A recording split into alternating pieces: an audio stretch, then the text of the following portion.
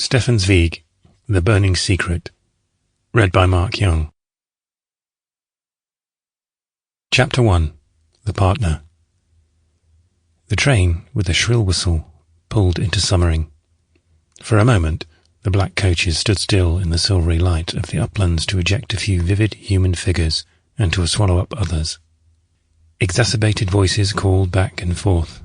Then, with a puffing and a chugging and another shrill shriek, the dark train clattered into the opening of the tunnel, and once more the landscape stretched before the view unbroken in all its wide expanse, the background swept clean by the moist wind. One of the arrivals, a young man pleasantly distinguished by his good dress and elastic walk, hurried ahead of the others and entered one of the hotel buses. The horses took the steep road leisurely. Spring was in the air.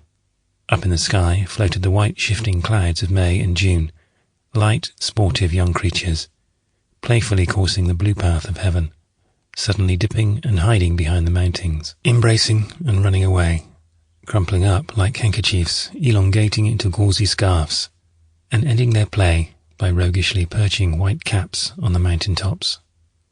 There was unrest below, too, in the wind, which shook the lean trees, still wet from the rain, and set their limbs a-groaning softly, and brought down 1,000 shining drops.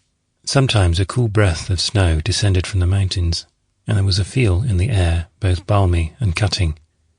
All things in the atmosphere and on the earth were in motion and astir with the ferment of impatience. The horses tossed their heads and snorted as they now trotted down a descent, the sound of their bells jingling far ahead of them. On arrival at the hotel, the young man made straight for the registry and looked over the list of guests. He was disappointed. What the deuce have I come here for? He thought in vexation. Stuck way up here on top of the mountain all alone. No company. Why, it's worse than the office. I must have come either too early or too late. I never do have any luck with my holidays. Not a single name do I know. If only there was a woman or two here to pick up a flirtation with. Even a perfectly innocent one, if it must be, just to keep the week from being too utterly dismal. The young man, a baron, not very high up in the country's nobility, held a government position, and had secured this short vacation not because he required it particularly, but because his colleagues had all got a week off in spring, and he saw no reason for making a present of his week off to the government. Although not without inner resources, he was a thoroughly social being, his sociability being the very quality for which his friends liked him, and for which he was welcomed in all circles.